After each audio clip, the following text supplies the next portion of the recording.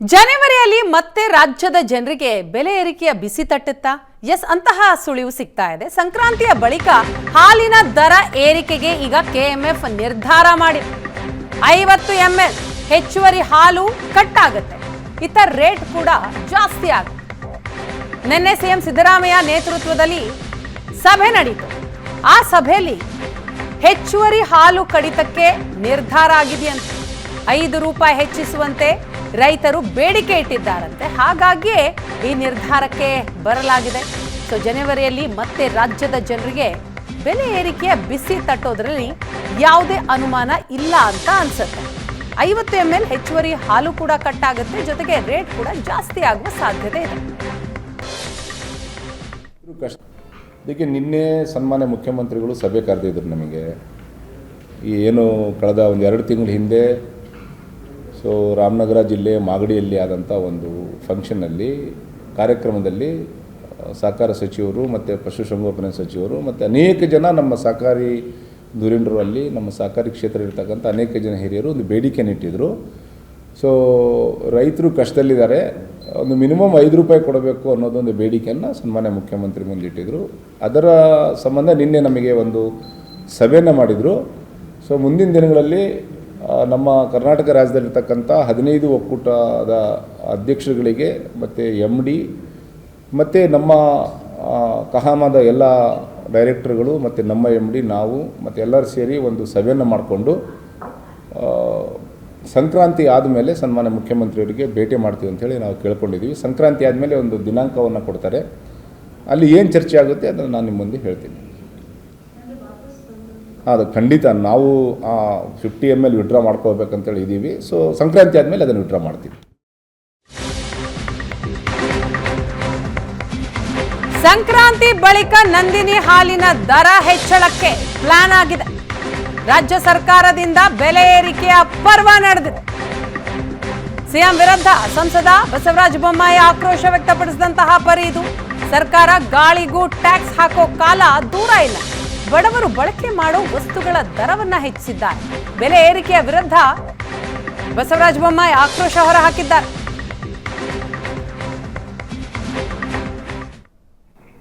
Motor vehicle tax,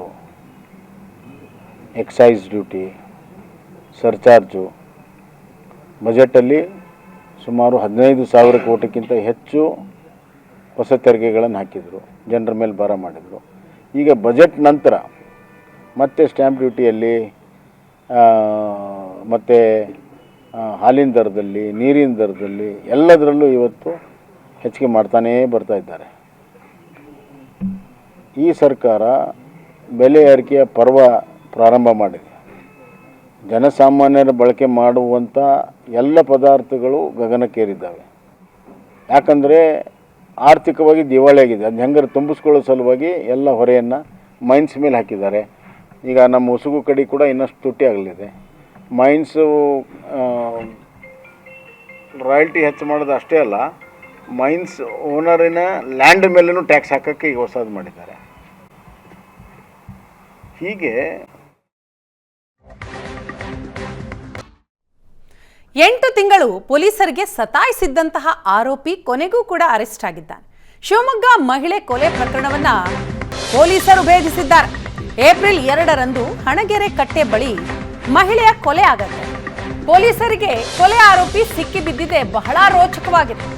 ಆರೋಪಿ ಬಳಿ mobile ಇಲ್ಲ, ಸೂಕ್ತ ವಿಳಾಸ ಇಲ್ಲ.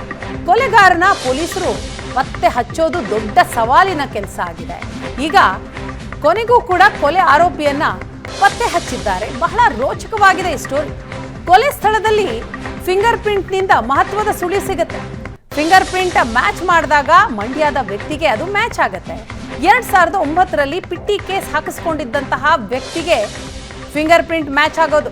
ಆರೋಪಿ ಸಿಕ್ಕೇ ಬಿಟ್ಟ ಅಂತ ಪೊಲೀಸರು ಕೂಡ ಅನ್ಕೊಂಡಿರ್ತಾರೆ. ಆದರೆ ಅವ್ರಿಗೆ ಈಗ ಶಾಕ್ ಆಗಿದೆ. ಅರೆಸ್ಟ್ ಆಗಿದ್ದಂತಹ ಆರೋಪಿ ಊರು ಬಿಟ್ಟು 15 ವರ್ಷಗಳಾಗಿತ್ತಂತೆ. ಆರೋಪಿ ಎಲ್ಲಿಗೆ ಹೋಗಿದ್ದಾನೆ ಅನ್ನೋದರ ಬಗ್ಗೆ ಸುಳಿವೇ ಇರಲಿಲ್ಲ. ತರೀಕೆರೆಯ ರಂಗೇನಹಳ್ಳಿ ಮಾಹಿತಿ ಸಿಕ್ಕರೂ ಕೂಡ ಅಲ್ಲೂ ಆತ ಇಲ್ಲ. ಸುಳಿವೇ ನೀಡದ ಆರೋಪಿ ಪತ್ತೆಗೆ ಪೊಲೀಸರು ಬಹಳಷ್ಟು ಪ್ರಯತ್ನ ಪಡ್ತಾರೆ. 2009ರಲ್ಲಿ ಮಂಡ್ಯದಲ್ಲಿ ಸಿಕ್ಕಂತಹ ಫೋಟೋ ಹಿಡಿದು ಹುಡುಕಾಟವನ್ನ ನಡೆಸ್ತಾರೆ.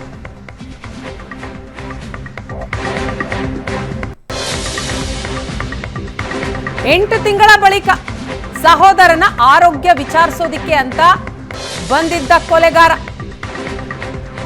ಆಗ ಈತನೇ ಇರಬಹುದು ಅಂತ ಪೊಲೀಸರು ಕೂಡ ಅಂದಾಜಿಸ್ತಾರೆ. ಕೊಲೆಗಾರ ಇದ್ದ ಮನೆ ಬಾಗಿಲನ್ನ ರಾತ್ರಿ ಇಡೀ ಕಾಯ್ತಾರೆ ಪೊಲೀಸರು. 2009ರಲ್ಲಿ ಆರೋಪಿ ಹಳೆಯ ಫೋಟೋದಲ್ಲಿ ತಲೆ ಬೋಳ್ಸಿದ್ದ. ಅನುಮಾನದ ಮೇಲೆ ಆತನನ್ನ ವಶಕ್ಕೆ ಪಡೆದು ವಿಚಾರಣೆ ಮಾಡಿದಾಗ ಸತ್ಯ ಬಯಲಾಗುತ್ತೆ. 8 ತಿಂಗಳಿನಿಂದ ಪೊಲೀಸರಿಗೆ ಯಾಮಾರಿಸಿ ಓಡಾಡ್ತಾ ಇದ್ದ ಈ ಆರೋಪಿ ಕೊನೆಗೂ ಕೂಡ ಆತನ ಬಂಧನ ಆಗಿದೆ. ಮಂಡ್ಯ ಮೂಲದ ವೆಂಕಟೇಶ್, ಆತನನ್ನ ಪೊಲೀಸರು ಅರೆಸ್ಟ್ ಮಾಡಿದ್ದಾರೆ. ತರೀಕೆರೆ ತಾಲೂಕಿನ ರಂಗೇನಹಳ್ಳಿಯಲ್ಲಿ ವಾಸವಾಗಿದ್ದ. ಕೊನೆಗೂ 8 ತಿಂಗಳ ಬಳಿಕ ಸಿಕ್ಕಿಬಿದ್ದಿದ್ದಾನೆ ಆರೋಪಿ ವೆಂಕಟೇಶ್. 2009ರಲ್ಲಿ ಆದಂತಹ ಒಂದು ಪ್ರಕರಣ. ಪೊಲೀಸರಿಗೆ ಬಹಳ ಕಷ್ಟ ಆಗಿರೋದು ಆರೋಪಿಯ ಬಳಿ ಫೋನ್ ಇಲ್ಲ, ಜೊತೆಗೆ ವಿಳಾಸವೂ ಇಲ್ಲ. ಹಾಗಾಗಿ 8 ತಿಂಗಳಿನಿಂದ ಹುಡುಕಿ ಸುಸ್ತಾಗಿದ್ರು. ಕೊನೆಗೂ ಕೂಡ ಆರೋಪಿಯ ಬಂಧನ ಆಗಿದೆ. ವಿಚಾರಣೆಯ ವೇಳೆ ಮಹಿಳೆ ಕೊಲೆ ರಹಸ್ಯ ಏನಿದೆ ಅದು ಬಯಲಾಗಿದೆ. ಅನೈತಿಕ ಸಂಬಂಧಕ್ಕೆ ಏಪ್ರಿಲ್ 2ರಂದು ಮಹಿಳೆ ಮರ್ಡರ್ ಆಗುತ್ತೆ. ಉಮಾಳ ಕೊಲೆ ಮಾಡಿ ಆರೋಪಿ ವೆಂಕಟೇಶ್ ಎಸ್ಕೇಪ್ ಆಗಿದ್ದ. ಹಣಗೆರೆ ಕಟ್ಟೆಯ ಭೂತಪ್ಪನ ಸನ್ನಿಧಿಯಲ್ಲಿ ಇಬ್ಬರಿಗೂ ಕೂಡ ಲವ್ ಶುರುವಾಗುತ್ತೆ. ಕುಡುಕ ಗಂಡನ ಕಿರುಕುಳಕ್ಕೆ ಬೇಸತ್ತಂತಹ ಮಹಿಳೆ ಉಮಾ ವೆಂಕಟೇಶನ ಜೊತೆ ಅನೈತಿಕ ಸಂಬಂಧವನ್ನ ಹೊಂದಿರ್ತಾಳೆ. ಹಾರ್ಟ್ ಆಪರೇಷನ್ಗೆ ಆರೋಪಿ ವೆಂಕಟೇಶ್ ಆಸ್ಪತ್ರೆ ಸೇರಿರ್ತಾನೆ. ಬೇರೆಯವರ ಜೊತೆ ಅಕ್ರಮ ಸಂಬಂಧ ಹೊಂದಿದ್ದಂತಹ ಉಮಾ ಆಸ್ಪತ್ರೆಯಿಂದ ಬಂದು ಉಮಾಳ ಕೊಲೆ ಮಾಡಿರ್ತಾನೆ ವೆಂಕಟೇಶ್.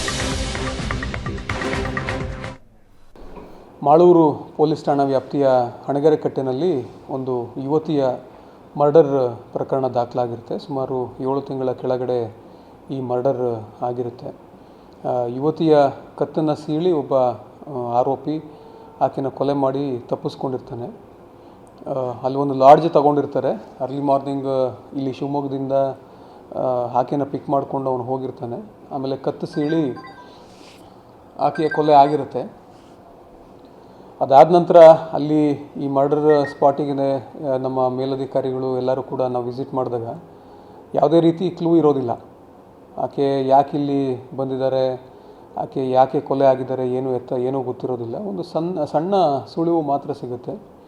ಅದನ್ನೇ ಆಧರಿಸಿ ನಮ್ಮ ಮಾಳೂರು ಪೊಲೀಸಿನ ಸರ್ಕಲ್ ಇನ್ಸ್ಪೆಕ್ಟರ್ ಅವರು ಮತ್ತು DYSP ಅವರು ಮತ್ತು PSI ಅವರವರು ಒಂದು ಒಳ್ಳೆಯ ಕೆಲಸ ಮಾಡಿ ಆರೋಪಿನ ಪತ್ತೆ ಮಾಡಿದ್ದಾರೆ. ಆರೋಪಿ ಈಗ ನಿನ್ನೆ ಅರೆಸ್ಟ್ ಆಗಿದ್ದಾನೆ. ಆರೋಪಿ ಬಂದು ವೆಂಕಟೇಶ್ ಅಂತಂದು, ಆತನಿಗೂ ಒಂದು 35 ವಯಸ್ಸು. ಈತ ಮೂಲತಃ ಈ ಬಗ್ಗೆ ಮಾಹಿತಿಯನ್ನು ಕೊಡ್ತಾರೆ ನಮ್ಮ ಪ್ರತಿನಿಧಿ ರಾಜೇಶ್ ಕಾಮತ್. ಇದೀಗ ನಮ್ಮ ಜೊತೆ ಸಂಪರ್ಕದಲ್ಲಿದ್ದಾರೆ. ರಾಜೇಶ್, 8 ತಿಂಗಳ ಹಿಂದೆ ನಡೆದಂತಹ ಕೊಲೆ ಪ್ರಕರಣ, ಅದನ್ನ ಈಗ ಪೊಲೀಸರು ಭೇದಿಸಿರುವಂಥದ್ದು. ಸೊ ದೊಡ್ಡ ಸವಾಲಿನ ಕೆಲಸ ಆಗಿತ್ತು ಆರೋಪಿ ವೆಂಕಟೇಶ್ನನ್ನ ಹುಡುಕೋದು. ಹೇಗೆ ಆತನ ಬಗ್ಗೆ ಸುಳಿವು ಸಿಕ್ತು? ಒಟ್ಟಾರೆ ಪ್ರಕರಣದ ಬಗ್ಗೆ ಮಾಹಿತಿ ಕೊಡೋದಾದ್ರೆ. ವೀಣಾ, ನಿಜಕ್ಕೂ ಒಂದು ಕೊಲೆ ಪ್ರಕರಣವನ್ನ ಪತ್ತೆ ಹಚ್ಚಬೇಕು ಅಂದ್ರೆ ಪೊಲೀಸರು ಎಷ್ಟೆಲ್ಲ ಸಾಹಸ ಪಡಬೇಕಾಗತ್ತೆ, ತಮ್ಮ ಬುದ್ಧಿಮತಿಯನ್ನು ಎಷ್ಟೇ ಬಳಸಿದ್ರು ಕೂಡ ಈ ಕೊಲೆ ಮಾಡಿರ್ತಕ್ಕಂಥ ಆರೋಪಿಗಳು ಅಥವಾ ಈ ರೀತಿಯ ಪ್ರಕರಣದ ಆರೋಪಿಗಳು ಯಾವ ರೀತಿ ಪೊಲೀಸರಿಗೆ ಚೆಲ್ಲೆಹಣ್ಣು ತಿನ್ನಿಸ್ತಾರೆ ಅಂತ ಹೇಳಿ ಪೊಲೀಸರಿಗೆ ಒಂದು ಸವಾಲಿನ ಕೆಲಸವನ್ನು ಕೊಟ್ಟಿರ್ತಕ್ಕಂಥ ಈ ವೆಂಕಟೇಶನ ಬಂಧನವೇ ಸಾಕ್ಷಿಯಾಗಿದೆ ಅಂತ ಹೇಳ್ಬೋದು.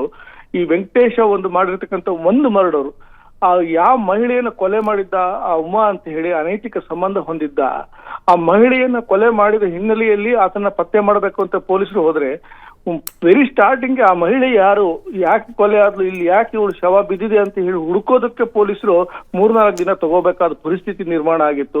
ಅದಾದ ನಂತರ ಆತನನ್ನು ಹುಡುಕ್ಬೇಕು ಅಂತ ಹೇಳಿದ್ರೆ 7-8 ತಿಂಗಳಿಂದ ಹುಡುಕುವಂತ ಪರಿಸ್ಥಿತಿ ಎದುರಾಗಿತ್ತು. ಯಾಕಂದ್ರೆ ಪೊಲೀಸರು ಅದಕ್ಕೆ ಸಂಬಂಧಪಟ್ಟಂಗೆ FSL ತಜ್ಞರನ್ನ ಸ್ಥಳಕ್ಕೆ ಕರೆಸಿದ್ರು, ಡಾಗ್ ಸ್ಕ್ವಾಡ್ ಅಂತ ಸ್ಥಳಕ್ಕೆ ಕರೆಸಿದ್ರು, ಸ್ಥಳೀಯ CCTV ಫುಟೇಜ್ಗಳನ್ನು ಪತ್ತೆ ಹಚ್ಚಿದ್ರು ಕೂಡ ಏನು ಮಾಹಿತಿ ಸಿಕ್ಕಿರ್ಲಿಲ್ಲ. ಕೊನೆಗೆ ಫಿಂಗರ್ ಪ್ರಿಂಟ್ ಇನ್ನ ಒಂದು ಆಧಾರದ ಮೇಲೆ ಆ ಒಂದು 2009ರಲ್ಲಿ ಈ ಆರೋಪಿಯ ಒಂದು ಪಿಟಿ ಕೇಸ್ ಹಾಕಿಸ್ಕೊಂಡಿರ್ತಕ್ಕಂಥ ಒಂದು ಆರೋಪಿನ ಮ್ಯಾಚ್ ಆಗಿತ್ತು ಅಂತ ಹೇಳಿ ಅಲ್ಲಿ ಹುಡ್ಕೊಂಡು ಹೋದ್ರೆ ಮಂಡ್ಯ ಮೂಲದ ಆರೋಪಿ ಅಲ್ಲೂ ಕೂಡ ಇರ್ಲಿಲ್ಲ. ಅಲ್ಲೊಂದು ಫೋಟೋ ಪಡಿತಾರೆ, ಆ ಫೋಟೋದಲ್ಲಿ ಇರ್ತಕ್ಕಂಥ ವ್ಯಕ್ತಿನ ಹುಡ್ಕೊಂಡು ಊರೂರು ಅಲ್ಲಿತಾರೆ. ಆತ ಎಲ್ಲೂ ಹುಡುಕಿದ್ರು ಈತ ಸಿಗೋದೇ ಇಲ್ಲ. ಪೊಲೀಸರು ಟ್ರೈಲರ್ ಗಳನ್ನ, ದಿನಸಿ ಅಂಗಡಿಯವ್ರನ್ನ, ಟೀ ಶಾಪ್ನವ್ರನ್ನ ಎಲ್ಲಾರನ್ನೂ ಬಾತ್ಮೀದಾರನಾಗಿ ಮಾಡ್ತಾರೆ. ಕೊನೆಗೂ ಕೂಡ 8 ತಿಂಗಳ ಬಳಿಕ ಈತನನ್ನ ಪತ್ತೆ ಹಚ್ಚುವಲ್ಲಿ ಯಶಸ್ವಿ ಆಗ್ತಾರೆ. ಆ ಸಾಹಸ ಮಾತ್ರ ಪೊಲೀಸರಿಗೆ ನಿಜಕ್ಕೂ ಒಂದು ರೀತಿಯ ಹರಸಾಹಸ ಪಟ್ಟರು, ಹೈರಾಣ ಆಗೋಗಿದ್ರು. ಮತ್ತೆ ತೀರ್ಥಹಳ್ಳಿಯ ಸರ್ಕಲ್ ಇನ್ಸ್ಪೆಕ್ಟರ್ ಶ್ರೀಧರ್ ಅವರ ನೇತೃತ್ವದ ತಂಡ ಸಾಕಷ್ಟು ಶ್ರಮ ವಹಿಸಿ ಈ ಪ್ರಕರಣ ಪತ್ತೆ ಹಚ್ಚುವಲ್ಲಿ ಕೆಲಸ ಮಾಡಿದೆ ಅಂತ ಹೇಳ್ಬೋದು ವೀಣಾ. ಥ್ಯಾಂಕ್ ಯು ರಾಜೇಶ್ ತಮ್ಮ ಮಾಹಿತಿಗಾಗಿ.